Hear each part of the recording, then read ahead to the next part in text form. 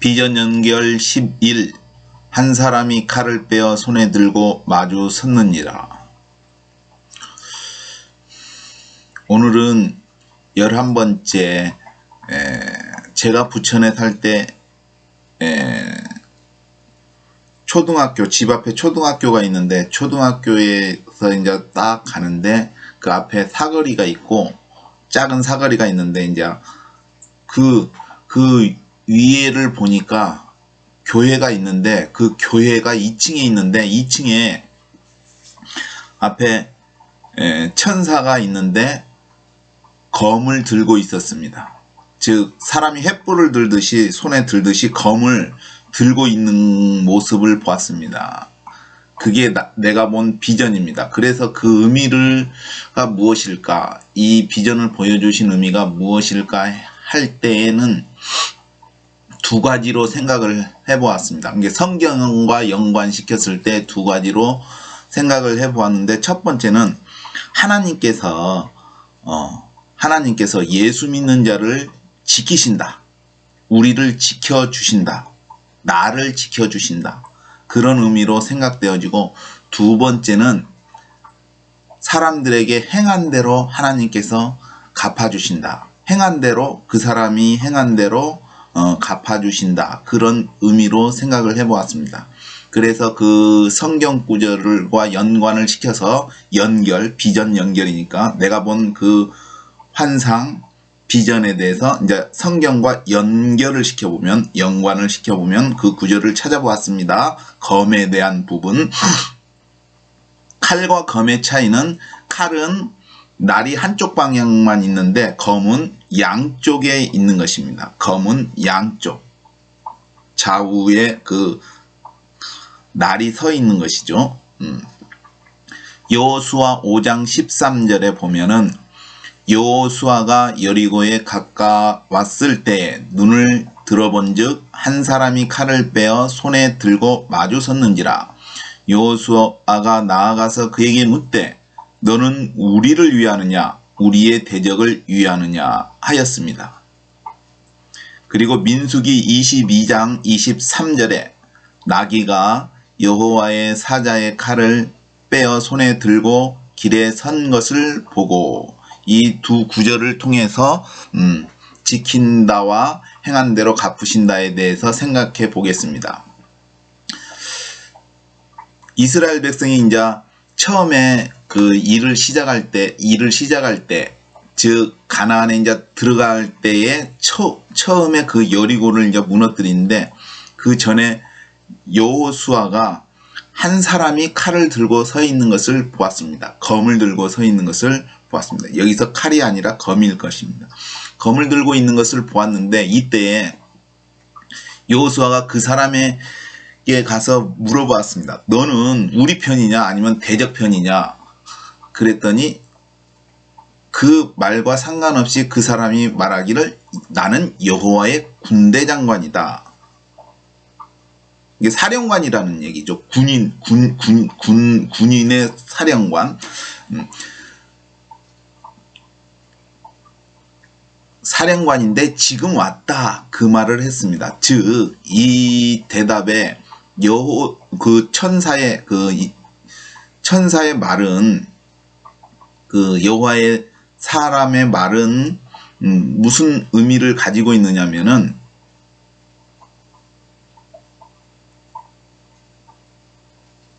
대적의 편도 아니고 이쪽 편도 아니다. 즉 하나님 편이라는 의미라고 생각됩니다. 이게 가령 우리가 생각할 때 적군과 나를 봤을 때 적이지만 하나님 편에 있는 부분이 중요하다는 의미를 생각해 봅니다. 가령 이스라엘 백성이 하나님 편에 있었다면 여호와의 대적이 될 수가 없죠. 근데 죄를 범함으로 인해서 하나님께서 그들의 대적이 되는 겁니다. 이스라엘 백성조차도 잘못하면은 심판을 하시지 않습니까? 그렇기 때문에 우리는 네 편, 내 편이 아니라 하나님 편에 서야 됩니다. 즉 이 하나님 편에 선다는 의미는 정의편, 정의로운 편에 서야 된다는 것이죠. 그러면 이제 하나님께서 이 검을 들었다는 것이 이제 지키지 않습니까? 왜냐하면은 에덴 동산에서도 보면은 생명나무를 하나님이 지키려고 생명나무를 지키기 위해서 그룹들과 두루 도는 화형검을 두었다고 했습니다. 화형검, 즉 경호원이 지키듯이 이게 하나님께서 우리를 지키면은 어떻게 되겠습니까? 아무리 대적이 우리를 무너뜨릴 수도 없고 도리어 그들이 망하게 되겠죠. 왜냐하면 하나님을 대적하는 것이 되니까요. 하나님이 지키셨을 때 그것을 침략하면 그것은 곧 하나님을 대적하는 것과 같은 의미가 되기 때문입니다. 그래서 이제 지킨다의 의미를 이제 시편 121편에 보면은 여호와는 너를 지키시는 자라. 이게 참 좋은 말인 것 같습니다. 하나님께서 나를 지켜주실 때에 안전하는 것이죠. 또 이제 시편 17장 8절에 보면 나를 눈동자같이 지키시고 주의 날개끈을 아래 감추사.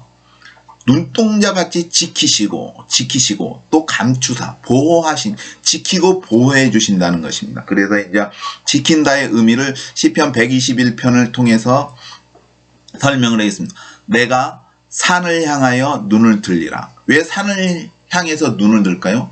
하늘을 이제 예수님이 오실 때, 구름을 타고 오실 때는 고개를 들어 하늘을 봐야 되는데, 여기서는 산을 향하여 눈을 든다고 했습니다. 왜 산을 향할까요? 그것은 도움을 바라는 것이죠. 도움을 바라는데, 왜 산을, 구약에 보면은 하나님께서 신의 산 정상에 있었지 않습니까? 그 모세가 그리로 올라갔고, 마찬가지로 예수님이 재림하실 때 어디로 오느냐? 감람산으로 오는 겁니다.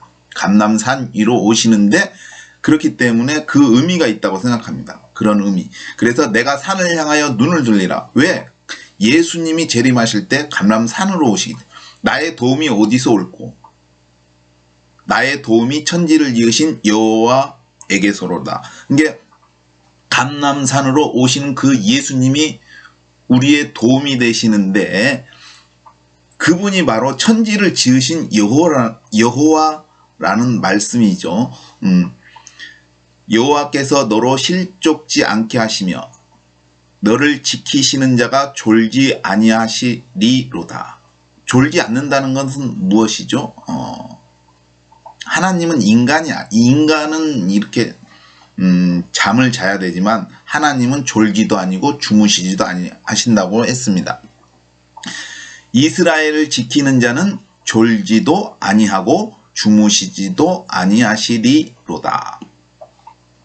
이게 하나님은 사람이 아닙니다. 이게 사람의 모양으로 오신 분이 예수님이시죠. 여호와는 너를 지키시는 자라. 여호와께서 내 우편에서 내 그늘이 되시나니. 그늘이 된다고 했습니다. 낮의 해가 너를 상치 아니하며 밤의 달도 너를 해치 아니하리로다. 이것은 무슨 말이냐면은, 낮의 해가 가령 사막 같은데 이스라엘 백성들이 광야에 행할 때에, 광야는 낮에 너무 뜨겁지 않습니까? 유튜브 같은 데 보도 막 사막 같은 데 보면 너무 뜨겁게 내리쬐는데, 그리고 밤에는 또 기온차가 심해서 밤에는 춥습니다. 엄청 추워가지고 이게 상할 수가 있는데, 근데 하나님께서 이스라엘 백성을 지키셨지 않습니까? 왜냐하면은 낮에는 그 구름으로 이렇게 이스라엘 백성들의 그늘이 됐지 않습니까? 내 우편에서 내 그늘이 되시나니. 즉, 구름으로 그 사막의 뜨거운 태양을 딱 열기를 막아주시고, 밤에는 이제 추위가 있지 않습니까? 추위가 있는데 불기둥으로 했기 때문에 지키시는데, 그 하나님이 그때만 그랬느냐? 이스라엘 출애굽할 때만 그랬느냐? 그게 아니라 지금도 그 하나님이 역사하고 있다고 믿습니다. 즉, 예수님을 믿는 사람들을 갖다가 하나님께서 그렇게 알 수는 없지만 하나님의 방법으로 하나님의 뜻에 따라서 지키신다고 생각할 수 있습니다. 여호와께서 너를 지켜 모든 환난을 면케하시며 내 영혼을 지키시리로다. 또 이 환난도 우리의 인생에 있어서 어려운 부분, 힘들 때도 있지 않습니까? 맨 밑바닥에 있을 때도. 근데 그때도 우리가 그것을 딛고 일어설 수 있는, 회복할 수 있는 것은 하나님을 믿는 사람은 그렇게 회복할 수 있는 것입니다. 근데 그러한 밑바닥에서 그 하나님을 모르고 것이 있을 때는 그냥 뭐라고 할까, 낭망하고 실망하고 좌절을 해서 자살하고 그럴 수가 있습니다. 근데 환난을 면케하시며 또 면케도 해주신다고 했습니다. 여호와께서 너의 출입을 지금부터 영원까지 지키시리로다. 출입을 들어오고 나가는 것을 영원부터 지키신다고 했습니다. 근데 여기서 환난을 면케하시며 할 때 이 환난도 이렇게 생각해 볼 수 있습니다. 무엇이냐면은 이게 이제 이거는 이제 지키는 거에 대한 것을 두고 말하는 겁니다. 계시록에 보면은 14만 4천 명의 인 맞은 사람이 있습니다. 이제 도장이죠. 근데 이제 도장인데 짐승의 표와 반대되는 의미입니다. 근데 그 의미를 생각을 해볼 때 구약에 보면은 이스라엘 백성들이 죄를 범했을 때에 하나님께 심판을 받는데, 심판을 받기 전에 어떠한 일이 있었느냐 하면은 하나님께서 예루살렘을 위해서 애통하는 사람, 그러니까 그런 죄악들에 대해서 슬퍼하는 사람들에 대해서 그러한 사람들에게 이렇게 표시를 합니다. 그 서기관 같은 사람들한테 이제 먹을 가지고 천사가, 이건 이제 사람이 아니라 천사가 이렇게 그 사람들을 표시를 합니다. 이렇게 표시를 하면은 해놓고 그것이 이제 다 했다고 했을 때, 그것이 다 끝나면 어떤 일이 있었느냐, 이제 그때부터 하나님의 무자비한 심판이, 이게 살육이 시작되는 겁니다. 근데 그 살육이 되지만 그 살육하는 천사가 그 표시가 된 사람한테는 접근을 안 합니다. 즉 뭐냐면은 이게 사람을 마구잡이로 죽이는데 그 하나님께서 이제 그 전에 이제 표시를 해놓은 사람들한테는 접근을 안 합니다. 그 사망의 천사가 접근을 안 합니다. 그게 그 사람은 그 전쟁통에서도 생존을 하는 겁니다. 아무 이상이 없이. 그러면 그럴 때 그 사람은 어떻게 되는 것이죠? 생존하는 것이지 않습니까? 그래서 그러한 환난에서 면케되는 거지 않습니까? 지켜지는 것이지 않습니까? 마찬가지로 계시록에 보면은 또 그건 구약의 일인데, 계시록에 보면 비슷한 내용이 있습니다. 하나님께서 인치는 내용이 있습니다. 이스라엘 백성은 14만 4천 명에 대해서 이제 인을 치는데, 인을 치기까지 이제 천사들이 바람인가를 붙잡고 있습니다. 그 바람은 이제 놓으면은 어떻게 되느냐? 이제 산이나 강이나 바다나 나무 같은 데 이제 재앙이 일어나는 것이죠. 이게 이 세상에 재앙이 일어나는데, 그 인치기까지는 재앙이 마찬가지로 큰 게 아까 구약처럼, 구약에 서기관이 먹으로 표시한 것처럼 이 인을 친 다음에는 재앙이 일어나. 그래서 이거는 이제 트리거 같은 느낌이에요. 재앙의 트리거. 어떤 것이 일정하다가 갑자기 그냥 막 폭발적으로 일어나는 것. 재앙이 폭발적으로 일어나, 재앙이 많이 급격하게 늘어난다, 뭐 그런 재앙의 강도가 높아진다. 그것이 뭐냐면 하나님의 인을 다 친 다음에 그것이 시작된다고 그러면 그 인친 사람들은 무엇일까요? 아마 구약이 아까 그것처럼 이 사람들도 이 재앙에, 이게 산이나 바다나 뭐 나무나 강이나 막 재앙이 일어나는데, 거기서 생존하는 사람들이 아닐까. 그러한 환난 속에서 하나님께서 지키시는 것이 아닐까 하는 생각을 해봅니다. 그래서 그 사람들이 예수님 재림할 때에 생존해서 그 감람산인가 그 시온산이 그 감람산인데 거기에 있는 그 14만 4천이 그 사람들이 아닐까. 이게 환난을 통과한 사람들. 그래서 거기에 서 있는 것이 아닐까. 아까 그 얘기는 이제 틀릴 수는 있는데 구약의 내용에 대한 비추어서 그렇게 생각을 하는 것입니다. 이게 그런 환난이 와도 그러한 하나님의 지키심이 있는 것이 아닐까. 아까 구약의 그 먹칠한 사람들, 이렇게 먹칠한 사람들, 그런 재앙이 접근하지 않았던 거죠. 그래서 우리가 이 세상에 살아가는 예수님 오실 때까지 또한 이 세상에 살아가는데 하나님의 그런 지키심이 보호가 있기를 원합니다. 욥기에도 보면은 하나님께서 욥의 그러한 가정을 울타리를 쳐줬다. 그런 보호막을 해주신다. 이게 사탄도 하나님이 보호막을 해줬기 때문에 뭐 이제 그런 것을 얘기가 있습니다. 하나님의 그러한 보호막이 가정마다 있었으면 좋겠습니다. 그러한 우리가 되면 좋겠습니다. 이거는 이제 아까 그건 지킨다 하는 의미에 대해서 이제 얘기를 했고, 검에 대해서 군대장관, 여호와의 군대장관에 대한 그 지킨다. 그 다음에 두 번째는 뭐냐, 이제 행한 대로 갚은다. 민수기 22장 23절에 나귀가 여호와의 사자가 칼을 빼어 손에 들고 길에 선 것을 보고, 이것은 무슨 내용이냐면은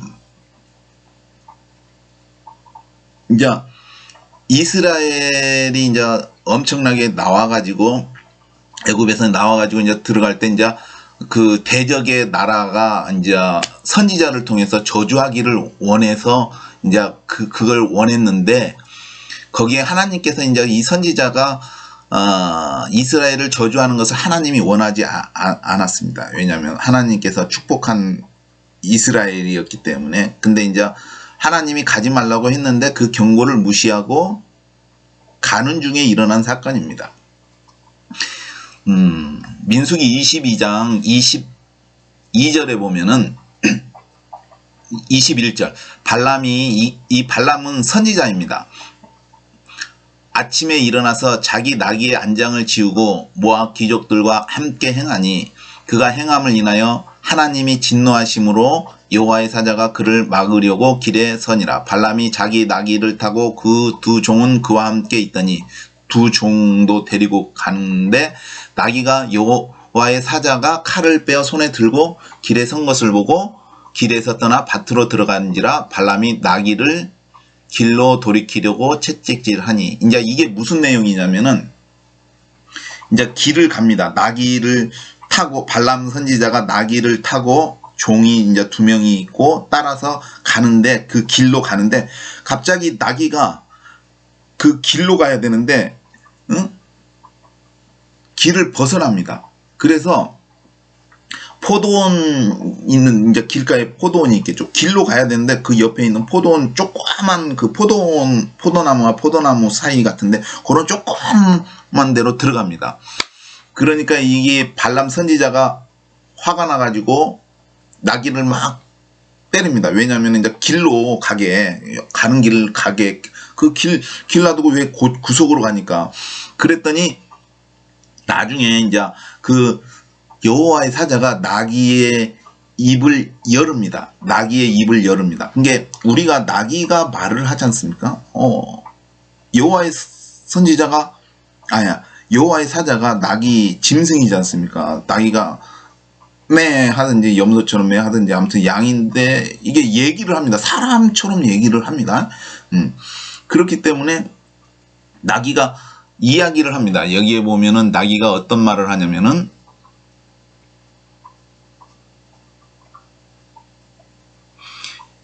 나귀가 여호와의 사자를 보고 발람 밑에 엎드리니 발람이 노하여 자기 지팡이로 나귀를 때리니라.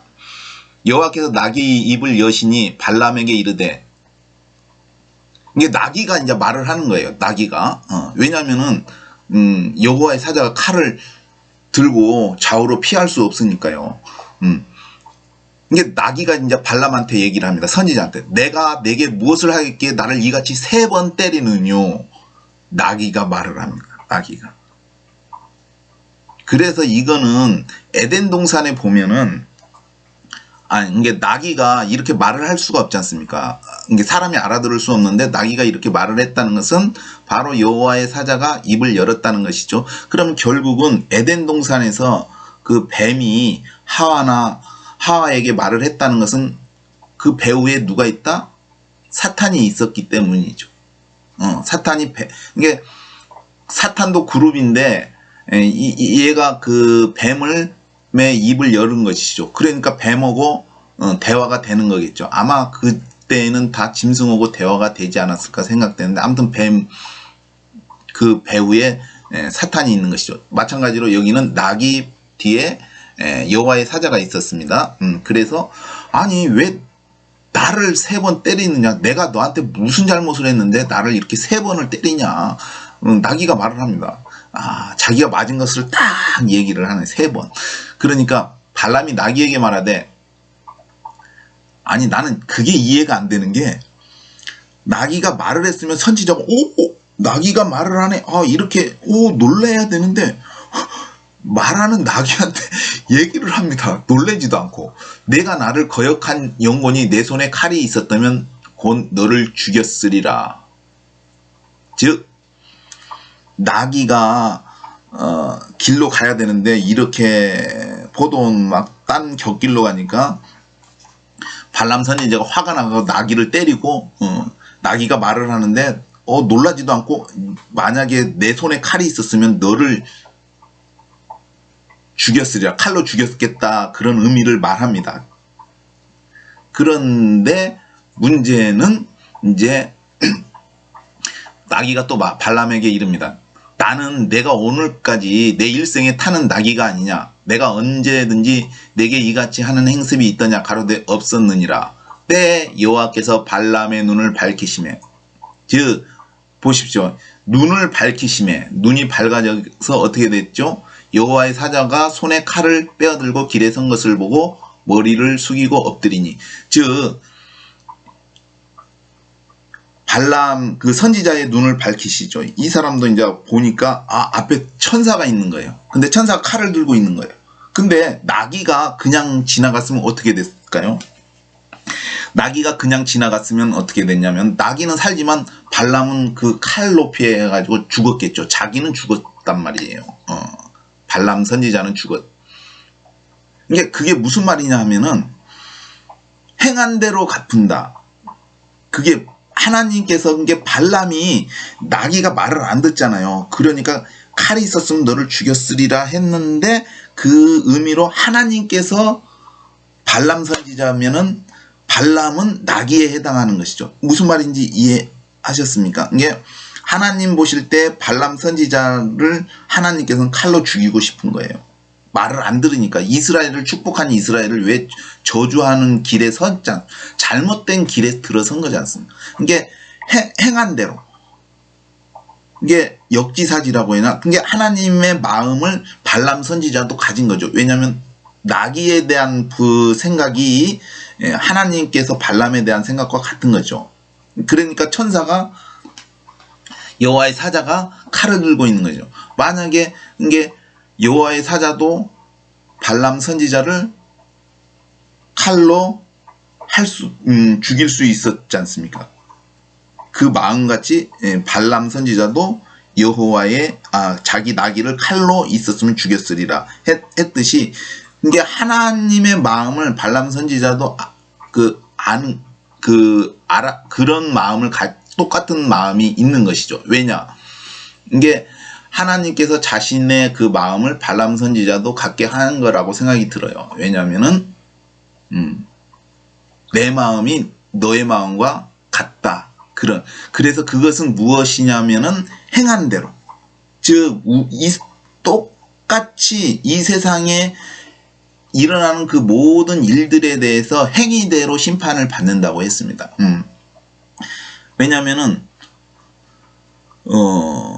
계시록 20장 13절에 보면은 바다가 그 가운데서 죽은 자들을 내어주고 또 사망과 음무도 그 가운데서 죽은 자들을 내어주매 각 사람이 자기의 행위대로 심판을 받고 행위대로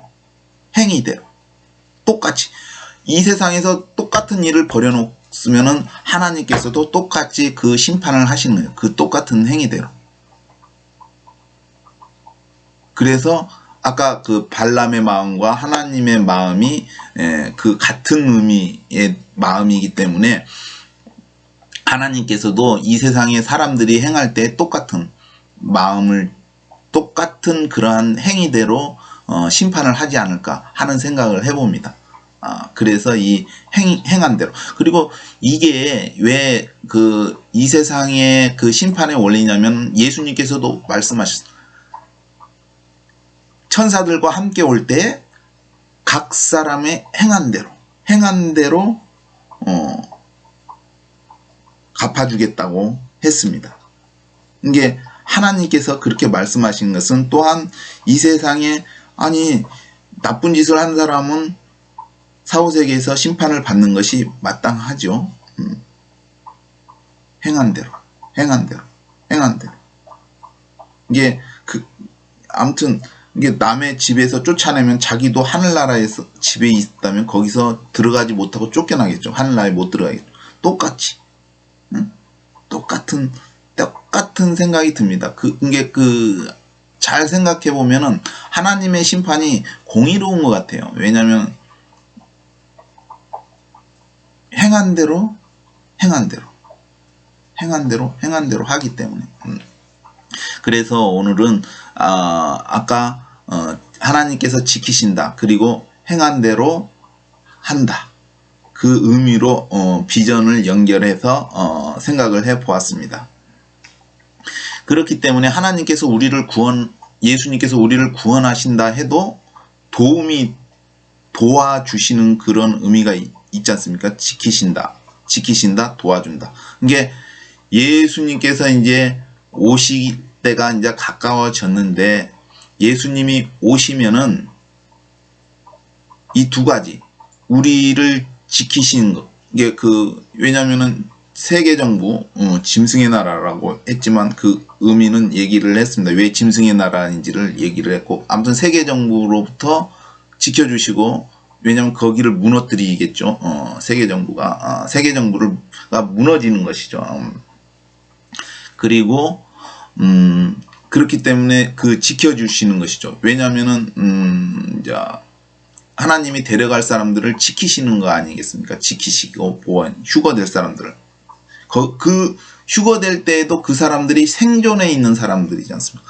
이게 죽은 사람이 부활해서도 올라가지만 변화되는 사람들은 생존한 사람들이죠. 생존한 사람들. 그러면은 세계 정부가 지날 때까지 그 사람들을 하나님께서 지키시고 보호하시는 것이죠. 보호해 주신 것이죠. 그 사람들을.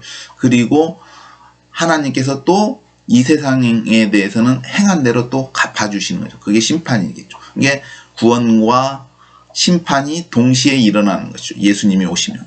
믿는 사람들에게는, 구원받는 사람들에게는 구원이지만 세상에는 심판. 그리고 세상의 그 끝은 예수님이 재림하실 때의 그 끝은 어떻게 되느냐? 역사 인류 문명의 그 끝이 나는 거죠. 그것은 무엇이냐면은 느부갓네살 왕의 금신상이 무너지잖아요. 진흙하고 쇠덩이 이렇게 섞여 있는데 그게 돌에 의해서 이 돌이라는 것이 어떤 의미인지는 생각을 해보면은 예수님이 반석이잖아요. 예수님. 대적의 반석이 우리의 반석보다 그 반석의 의미로서 예수님이 이렇게 치신 것이 아닐까. 그건 무슨 얘기냐면은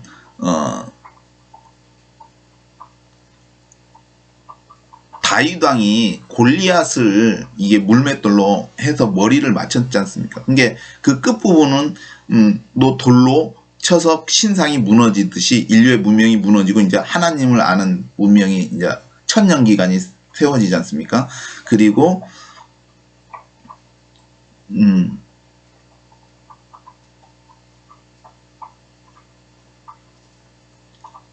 이제 예수님이 그것이 오실 때에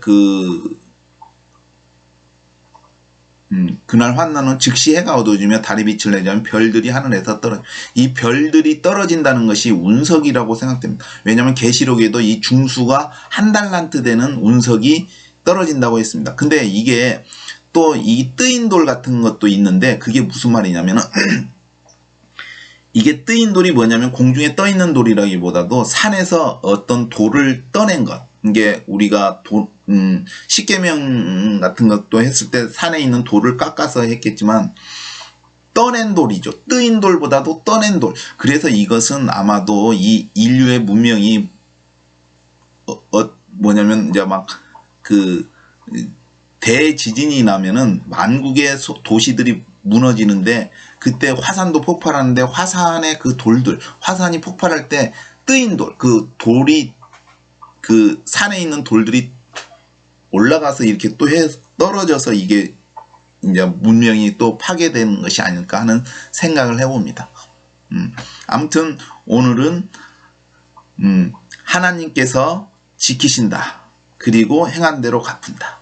그 의미에 대해서 생각을 해보았습니다. 그리고 우리가 예수님 오실 때까지 하나님께서 지키실 줄로 또 믿습니다. 점도 없고 흠도 없고 그 예수님 앞에 우리가 설 때까지 점도 없고 흠도 없이 하나님이 지키실 것으로 믿습니다.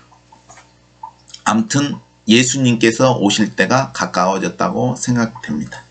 이상 오늘은 비전 연결의 10일에 대해서 생각을 해 보았습니다. 이상입니다.